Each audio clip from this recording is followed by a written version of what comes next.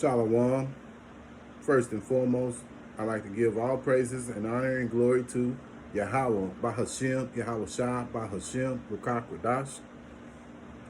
I'm for the Prophets in Babylon, Waco, Texas camp, affiliated with the branch of Prophets in Babylon, Tampa Bay, Florida. My name is Athiak Napash. I'd like to give a special double honors to the elders and apostles on down at Great Millstone who teach and rule well and are great examples to us brothers out here. And peace and salutations to the hopeful elect of the nation of Israel. Lesson for the day, enter ye the strait gate. And, striving to be those men, of the Lord is going on that path. Being on that path is a difficult path. You deal with a lot of different afflictions, whether it be mental, whether it be physical, whether it be scoffers, whether it's your job, brothers out there who have jobs, family, brothers who have, wives, those different things can be a part of that difficult path that, that the men of the Lord are on, So, anyway, I have a few scriptures that I would like to share with the brothers and sisters, and a few sisters out there, and Lord willing, to be edifying. This path that we're on, the beloved brother, Elder Apostle Tahar, he said it best when he said that, what we're dealing with is like a bad dream, But at the end of the day, brothers who know this truth and knowledge know what the end result is, which is eternal glory. So I have some scriptures I want to share. And again, I hope it'll be edifying to you brothers and a few sisters. And it's in one of them, we'll start out here in Matthew 7:13. Enter ye at the strait gate, for wide is the gate, and broad is the way that leadeth to destruction, and many there be which go in thereat. Because strait is the gate, and narrow is the way which leadeth unto life, and few there be that find it. Yeah, so, when you're on that straight path or trying to enter that straight gate,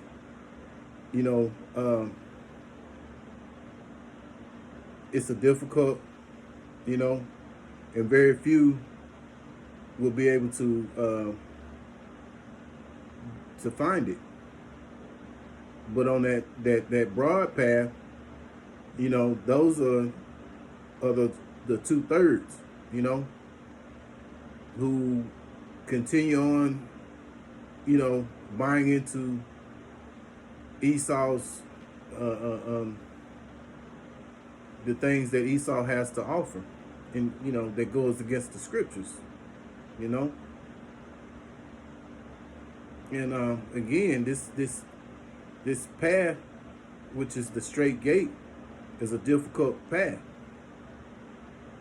and I have another scripture I want to share here. It's in 2 Corinthians.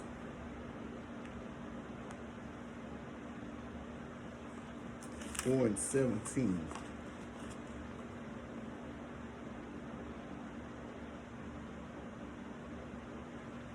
Second Corinthians 4 and I'll start in verse 17. For our light affliction, which is but for a moment, worketh for us as far more exceeding and eternal weight of glory. Verse 18. While we look not at the things which are seen, but at the things which are not seen. For the things which are seen are temporal, but the things which are not seen are eternal. Yeah, so, even though, we brothers and few sisters deal with the afflictions that's a part of that path on that straight gate, at the end of the day, you don't reflect so much on the afflictions, but you want to keep your mind on the on that goal, which is eternal glory.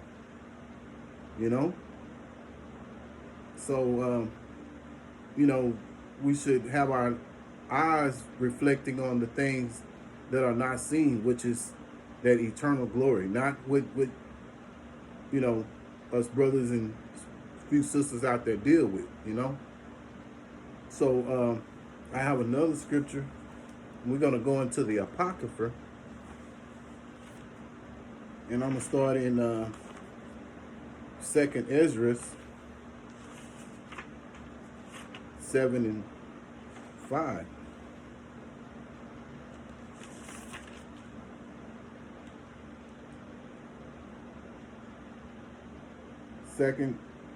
Second Ezra 7 and 5. Who then could go into the sea to look upon it, and to rule it? If he went not through the narrow, how could he come into the broad? There is also another thing. A city is builded and set upon a broad field, and is full of all good things. The entrance thereof is narrow, and is set in a dangerous place to fall, like as if there were fire on the right hand, and on the left deep water, and one only path between them both, even between the fire and the water, so small that there could but one man go there at once. If this city now were given unto a man for an inheritance, if he never shall pass the danger set before it, how shall he receive this inheritance? So in other words, you're on that path, and it's so narrow that only one man can go at a time. And you have fire on one side, and you have water on the other. And that path is narrow. And if you don't go down that path to receive, how can you appreciate that eternal glory that Yahweh Ba'ashem, Yahweh Shah has, will provide, So, again, this path of difficulty is for very, very few. And, of course, we know through the spirit of Yahweh Ba'ashem, Yahweh Shah, on down to the elder apostles who have been teaching and preaching, we know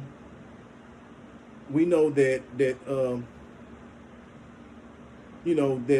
this is talking about the elect, and so very few will be on that path. It's a path of danger, but at the end of the day, again, the reward is eternal glory, So this is what we want to strive on to enter ye the straight gate. It's a path of difficulty. Very few men will be able to be on it, and the broad way, that's for the those who are the 2/3, and so of